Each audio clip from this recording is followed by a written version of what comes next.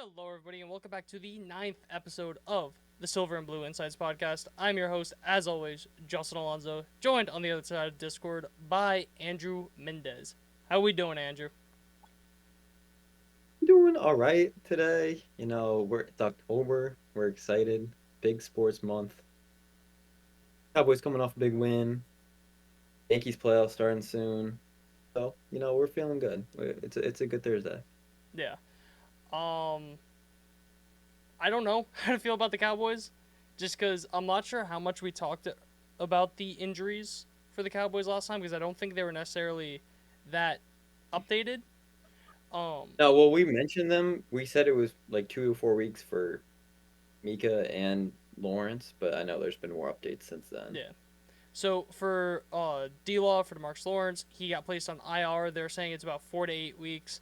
I'd probably lean more on the 8 weeks because this is a Mhm. Lin's ligament or bone sprain in his foot, and that's a pretty important bone in your foot. A lot of guys like that could be a very serious injury, like career-threatening injury if you break it, and he's broken it twice, and then a sprain. So it's like I don't know how much more you're gonna get out of him. If I'm being like, I don't want to say like he's cooked, but I'm very nervous that he's not gonna be that good when he comes back. Yeah, like we said, it wasn't the best to start the season anyway, so just kind of do your best to find the way around it. We already talked about them trading for D tackle. I don't think they're gonna look for it at the end. I think they're just gonna solve this internally. Well, they did sign KJ Henry from the Bengals practice squad. They signed him to a two year deal. He does have experience with the Cowboys D line coach Jeff. Oh my god, I'm gonna butcher this. Jeff Zonga. It's Zgonia. Zonga. Whatever. With the Cowboys D line coach. He was with Washington last year. Doesn't really have that many impressive stats. Just kind of traits guy. I think he was a third round pick, third or fourth round pick. Could be incorrect on that, but just betting on the traits of the guy. And honestly, I don't hate that, especially when you need living, fresh bodies. But as you mentioned, kind of about Micah, he's out 2 to 4 weeks with a high ankle sprain. Um, what I'd put money that they're just not going to play him these next 2 weeks. Then he have the bye. Then he'll be ready for San Francisco after the bye. If I had to put money, that's what I would probably say happens. Um, the You Brandon know what I found Cooks, really or interesting? you go. Micah said that he never missed a game ever, professional, like since high school. I'd believe that. I was actually I don't know if it was since high school, but I think he said ever, or maybe I saw the quote wrong. But I know at least high school, college, and professionally, he's never missed a game due to injury, which like that's crazy. Yeah, I didn't hear that. That's wild.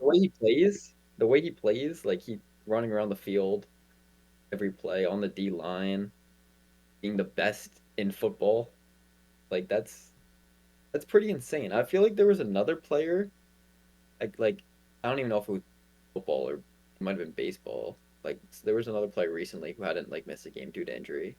Mm-hmm. I think it was baseball. Yeah, I it was. want to say Whit Merrifield. I mean that would make sense because he played like 162 every He year. played like 3 seasons in a row. I know that. Yeah, I know Eli Manning, didn't he not? He started Yeah, like he had what? a 216 Hmm? straight starts. Wild. Yeah. And he dealt with a lot of injuries. Yeah, and it wasn't even a thing of they benched him because he was hurt. They benched him because he wasn't good anymore.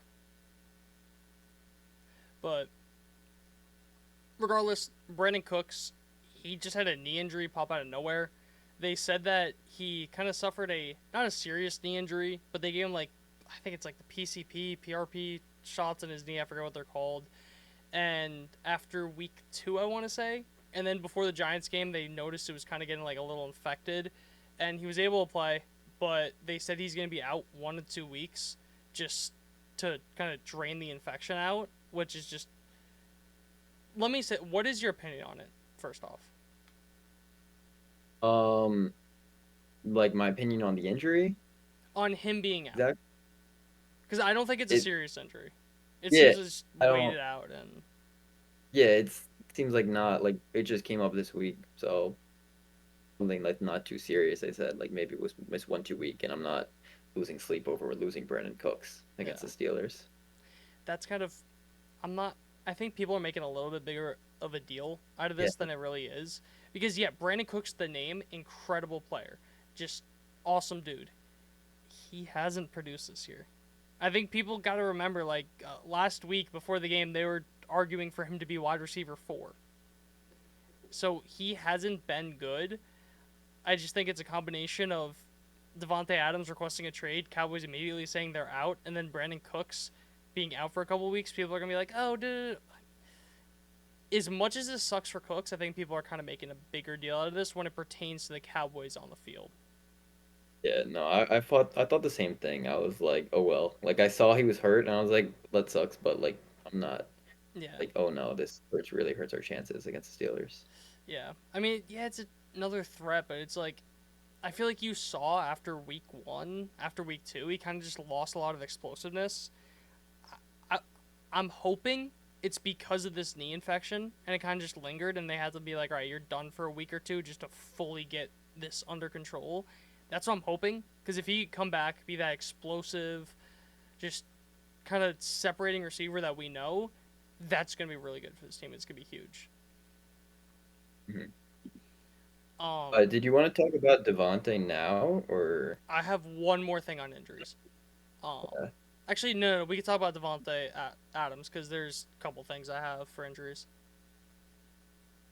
all right? So, I mean, nobody was paying attention. Devontae Adams, he wants out of Las Vegas, and the Cowboys were interested.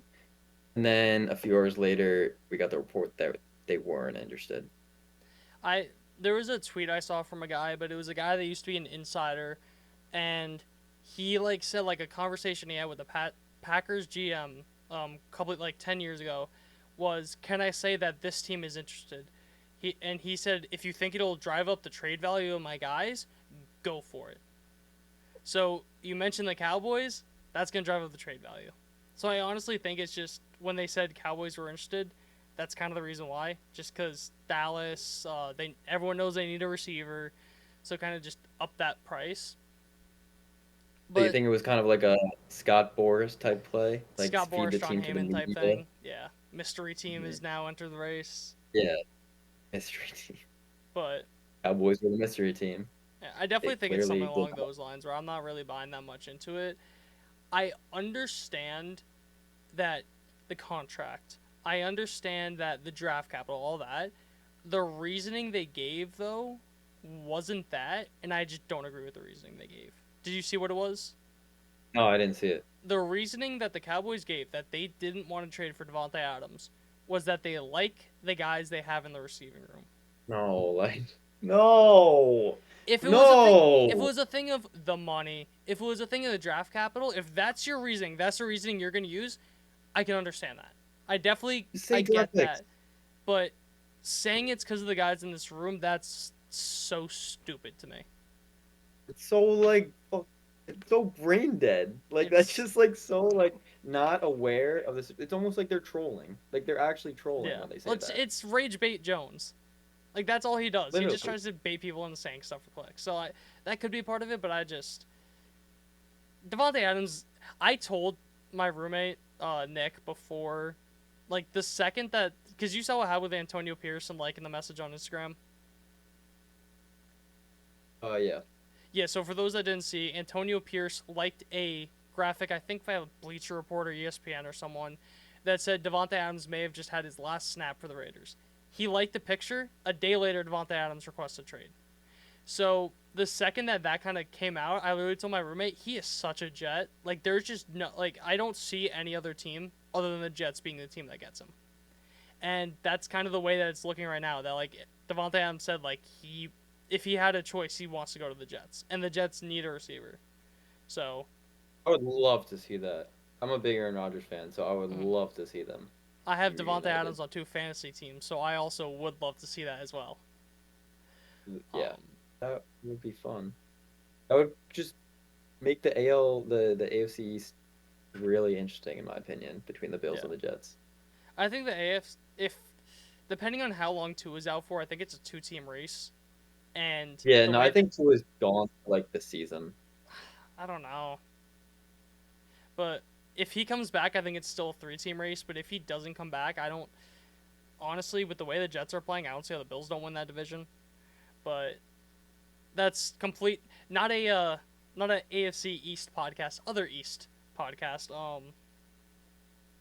But that definitely is an interesting conversation with kind of the wide receivers on the market because a guy that they could trade for that will cost you about $1 million is Amari Cooper.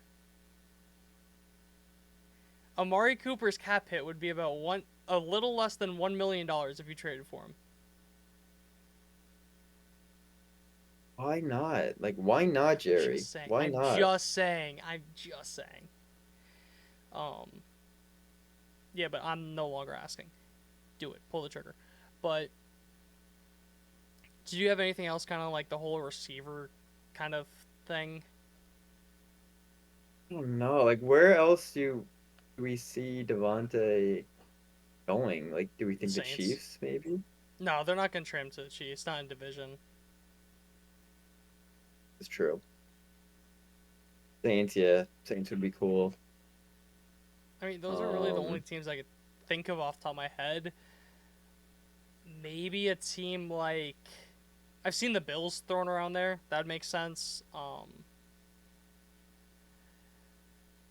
feel like the Dolphins would just be so funny. Just add another guy and they just don't have a quarterback. It's not gonna happen, um, but I would find that so funny. yeah, Um, imagine they had Devontae, Waddle, and Tyreek Hill, with Tyler and Huntley throwing the Skylar ball to Thompson. them, No, Tyler Huntley. Tyler Huntley Skylar at quarterback. Thompson, just Skylar Thompson. That was that's like basically like what the Niners were, but except Brock Purdy kind of became good. But it was like yeah, that's pretty much what the Dolphins would be if they got Devontae Adams. yeah. But kind of just wrapping up the injury report. Kalen Carson, Mike McCarthy said that he would have to have a massive day today to be able to be in the game. And why can I not find him? Today he was limited in practice. He also was limited a lot yesterday. I'd lean towards him not playing. If I had to make a bet, I'd probably say he doesn't play. Couple other things. Trayvon Diggs was limited today with an ankle injury. I'm not really worried. He had a veteran rest day yesterday. Ankle injury that I feel like he's been dealing with for a bit. Um, Not too worried. Um, I didn't even see this. Zeke and Flournoy were both limited with dehydration. I think all the water that you would give Zeke and all the IVs, just give them to Flournoy. Zeke doesn't need any. Um, Just no, don't give Zeke water. But no, he has enough money. Zeke does not need Let water. him let him buy his own water. And Don't give it to him. if you do give him water, just sprinkle some laxatives in there. Make him lose a couple pounds. He needs to. But I'm not. I saw I got a notification because Zeke is someone still on my fantasy team for some reason. I don't know. Probably should drop him. But it said that he was changed from healthy to questionable. I assume that was like an injury, but I guess it It was was because he dehydration. was listed as limited on the practice report. Okay. Um, yeah, that's that for the Cowboys injury report. Then you look at the Steelers. Cameron Hayward did not practice. They're saying it was a not. They're saying not injury related rest, but that's kind of weird that he didn't practice on a Thursday because it's typically Wednesday. But who knows? Alex Highsmith did not practice. Cordell Patterson and McCole Pruitt also did not practice. Same with Jalen Warren. I think if they don't have Jalen Warren, that's huge. Just because that's a really big 1-2 punch they have with Najee and Warren. So not having him would be pretty good in trying to stop the run game. Oh my god, I forget what his name is. I want to say Zach Frazier was the center that they drafted. He got put on IR recently, so he's not going to be on there. Then another offensive lineman I know for them got put on IR recently, so they're going to be down their offensive line. Still going to be interesting how on God's green earth they're going to generate pressure. In this matchup, that's kind of one of my key matchups. Just who's going to get the pressure off the edge. someone's got to do it. Who's gonna do it? Yeah, I don't know. Got to be Mozzie Smith again. That's my best guess. Because one of the easy answers would be Marshawn Nealon for the edge. He has the third most Oh, pressures yeah. amongst rookie defensive ends, the tied for first for quarterback hits, tied for second in tackles, and second in run stops. So he's really going to have a massive game if they're going to have to be able to get anything. Some other things I saw that may be interesting were maybe overshown in, my God, why can't I think of his name right now? The safety, Donovan Wilson, blitzing a lot more just because they're kind of those like fast. Wilson usually is a sure tackler, hasn't been as sure this year, but he kind of like packs a punch. So I definitely wouldn't be shocked to see those two blitzing a lot. But I think that's going to kind of be one of the biggest things. Just can this defensive line generate any sort of pressure whatsoever? Yeah, I also think it's going to be very interesting on the flip side. How much can the Cowboys O line contain the Steelers pass rush? Because they obviously have one of the best pass rush in the league. They have TJ Watt, they have Cam Hayward, even Herbig has been pretty good this season. Uh, their linebacker. So that's honestly my biggest concern about this game is Hmm. how will our O line hold up? Will Dak have time to throw the ball? That was actually my second key matchup. So the offensive line so far this year has averaged 2.4 time to throw before the pocket collapses, which is the third best in the NFL. They are pressured on 18.4% of snaps, which is the second lowest in the NFL. So they've been doing their Okay. job when it gets to a thing of just on a kind of aggregate and looking at how often they allow pressure. They've been doing their job. I will say when they do allow pressure, it's pretty bad. It's just like blow up snaps where the play is just not even having a chance. Mhm. And the run blocking definitely could improve. But I also think that's also on the running backs, especially Rico Dowdle, where I feel like sometimes he just doesn't see his blocks. And they use him a lot running up the middle, but I think a lot his strength is a lot more of just running out to the edge because I don't think he necessarily has the vision for running up the middle. And I feel like you kind of just could get him rolling off the edge, let him build up speed because he's a bigger back. That's supposed to be what he is. Let him get rolling. Let him go downfield to give him a matchup against a cornerback that's coming down, and he'll break that tackle. And I just run some plays where Lipke is running out to the edge and he's blocking for him. I think you're cooking there, but definitely I don't know if it's the play calling, if it's the run blocking, but I think a lot of it has to be some tweaks in the way this run game is, and I'm worried that they're gonna do what they did last year and just wait till the bye. You're gonna need to wait to what? Wait till the bye for them to change something. I think Rico will get better with time because I don't know, just the watching the Giants game just gave me a lot more hope. That was Mm-hmm. the first game that I felt like would watching Rico play. Yeah. So he you have to think he's really gotten any reps in the previous years that he played because his first year really like actually being a part of the offense. So Hmm. he's still pretty inexperienced. So Yeah. in my opinion, just give it time. And if he's still bad by week 7, week 8, then I don't know what you do at running back. Yeah. Maybe a guy gets cut because the team's hoping that they could trade him, trade deadline passes, then they need the roster spot, so they cut him, then you claim him, whatever, maybe something along those lines, maybe you trade a fifth, sixth round pick for someone, whatever, but they definitely got to figure Because out we whatever's can't. going on. What are you saying? We talked about it already. There's no one else for RB1. It's really just Rico. Yeah.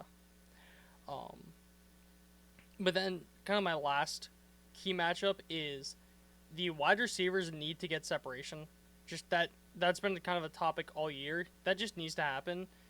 One stat that I saw that kind of blew my mind is that Jalen Tolbert is the fifth best in rate of getting multiple steps of separation. So Tolbert's separating a lot. I just feel like he's not really as involved in the game plan so he's not really being thrown to. But I would love to see him get more targets just because of that. Because you look at everyone else in 2024, Dak is first in tight window percentage for passing rate, tied for the lowest average target separation, eighth best in air yards per attempt, 11th best in completion percentage over expectation. Meaning he has to throw into tight windows all the time because his receivers aren't getting separation. He's throwing the ball pretty far because he's the eighth best in air yards per attempt, and he's completing his completion percentage should be better than it is, or he's completing more passes than the numbers say that he should be because of his talent level. Meaning a lesser talented quarterback wouldn't be completing as many passes as he is. Yeah, I mean that would make sense. We've seen the stats. Dak in a clean pocket and against the Giants, he was pretty much untouchable. Really, like no complaint. Like we said, we preach it every episode. Really, no complaints with Dak this season. Honestly, I mean, I wouldn't say he's perfect, but he's doing the best he can, and he's doing a pretty good job at it. Yeah, yeah, I definitely agree with you on I that. will. Who? So Ryan Flournoy, he's gonna play this week. Mm-hmm. Will you think they maybe give him more snaps than Brooks? I hope. Realistically, he should be your. Let's do some math here. One, two, three, four. He should be your fifth weapon on offense this week. Oh, Yes. you're No, going. sixth weapon. So you're going Lamb, Ferguson, Tolbert, Turpin, Lipke, I or didn't even think Lipke. of Turpin. I had a Dowdle over Turpin. Oh, okay, yeah. I was thinking like receiving options in my head. No. I was kind of just like offensive weapons. Okay, so in terms of offensive weapons, so yeah, so Flournoy above Turpin and Brooks. I think Turpin, Flournoy, I don't really care which way that is as long as they both get used the right way. Like if Flournoy gets more looks, but Turpin has more designed plays, I would like that.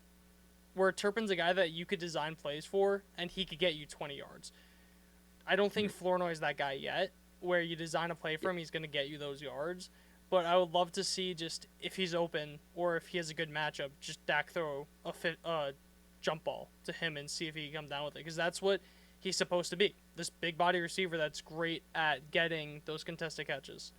So it's going to be really interesting to see how they use him this week. Yeah, no, I'm really excited for Flournoy. I hope they just if he gets zero targets, I'm gonna be like just disappointed because people have been talking about this dude since the preseason. Yeah. Did you have anything else about kind of like the matchup going forward? Because I was just gonna, if not, I was just gonna talk about kind of the NFL as a whole and the schedule and how everyone else did. No. Alright. Well, Uh, you talked. Should we talk about like Fields at all, or um, we could talk about that. Yeah, that's gonna be an interesting one for sure. If Fields or Wilson is starting, because they still haven't committed to Fields, really? which, So Russell yeah, Wilson hasn't played a snap this season though, yeah, right? because he's been hurt. Yeah, but he was he healthy last week? I think he's been the emergency quarterback, just because like he has a calf injury, which like if he really had to, he could play, but they're not gonna throw him out there like willingly, kind of. He's been limited the Hmm. last 2 days. I think they just go with Fields. If you're the Cowboys, you hope they go with Russell Wilson, but Fields has actually like been not bad this year. I was looking at his yeah, stats. He's been not bad. I don't think there's any reason to bench him for Russell because like I know coming in it was like a competition. Then Russ got hurt, but until Fields starts losing some games or starts playing bad, there's mm, really no reason to take him out. yeah, I definitely agree with you on that. Um, he's definitely gonna. Well, I could add this in there. Yeah, Trayvon Diggs. I'm thinking it's nothing serious with this ankle. He has to play. If he doesn't play, I don't see how the Cowboys win this game. Just because if they're not gonna have anyone to cover Pickens, and he's really the only guy I'm worried about on that offense for the Steelers. So you're not getting any pass rush. You're not able to cover Pickens. Like, what are we doing? Like, I don't see a world they win where if Trayvon Diggs isn't playing. No, I agree. No, I don't feel good about the chances at all. Yeah. With George Pickens going against Carson. Maybe not even Carson. Probably not. Yeah, It'd probably you're be right. Not even against maybe not. Jordan Lewis, Yeah, probably not even Carson. Amani Ojolari, I think is his name, the guy they elevated last week that had the game sealing pick. Um, yeah, I just what do you what do you Need think? Your final score predictions? Okay, so final score prediction. Like I said before, I just my biggest worry is the pass rush. How is uh are we going to be able to handle the pass rush? And even though you did mention that we have been very good at giving Dak time this year, I don't know. I think that's going to be the decider in this game, and I see the Steelers winning 21 to. I'll go with a weird score, 21-16. I have a different score that's also very similar. I'm gonna go Cowboys 21-20. I think Okay. this is gonna be a very close game. I think that the Cowboys also, even though if you do the math, I have them not kicking a field goal, they have a significant kicker advantage. And as long as you could get to midfield, which I think is doable against the Steelers, then you're already in scoring position. And as much as you want to say like this, that about the Steelers, Steelers are built on their defense. We're built on our offense. So it is a strength v strength thing and weakness versus weakness. So I'm thinking 21-20, but I don't feel confident about it. Yeah, I don't know how confident I feel about exactly like the it being a somewhat low scoring game, or I guess mid scoring, but something just doesn't. I just don't feel good vibes. Like the win against the Giants to me just felt like kind of like a smokescreen, Mm-hmm. like oh we just beat a bad team, but they really didn't prove a lot to me. Plus we're more injured now, so I don't know. I don't even though we're only 2.5 point underdogs, it feels in my head like we're like 4.5, 5 point underdogs, Yeah, I can see that. especially with. I also like that the game was close because last week is they never really won close games, so at least they have that under their belt. They're like, oh, they won a close game, whatever, this, that, and third. But yeah, just figure it out. That's like all you could really say. I think if this offense gives you 3 touchdowns, maybe 4 touchdowns, that you're in a really good spot to win this game. Mhm, But on that agreed. note, I was just gonna talk about kind of how everyone else in the division did and kind of the teams that we're really watching. The the Vikings beat the Packers. The Vikings are, in my opinion, the best team in the NFL right now. Sam Darnold's the MVP of the National Football League, which is a absurd statement to think about. Um, Do you think it'll last? Like, or do you think the I Vikings got, are like legit Super Bowl I contenders? think so. I love Kevin O'Connell. I think he doesn't get nearly as much credit as he deserves to get. I think he's one of the best coaches in the NFL, and I think that this is just one of those things where he's such a good coach.